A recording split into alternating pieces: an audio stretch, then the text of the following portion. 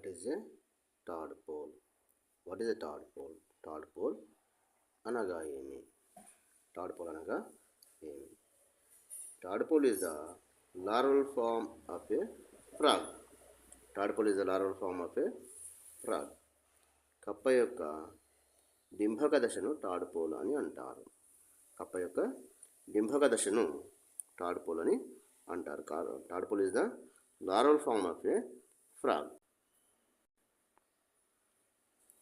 What characteristic features help to identify viviparous animals?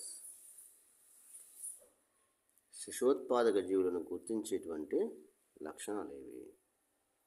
What characteristic features help to identify viviparous animals? These viviparous animals, they have epidermal hair on their skin and external ears. The animals which have epidermal hair on their skin and external ears give birth to young ones. They are called as the viviparous animals. శిశోత్పాదక జీవులకు చర్మం పైన బాహ్య చర్మ కేశాలు మరియు బాహ్య చెవులు ఉంటాయి.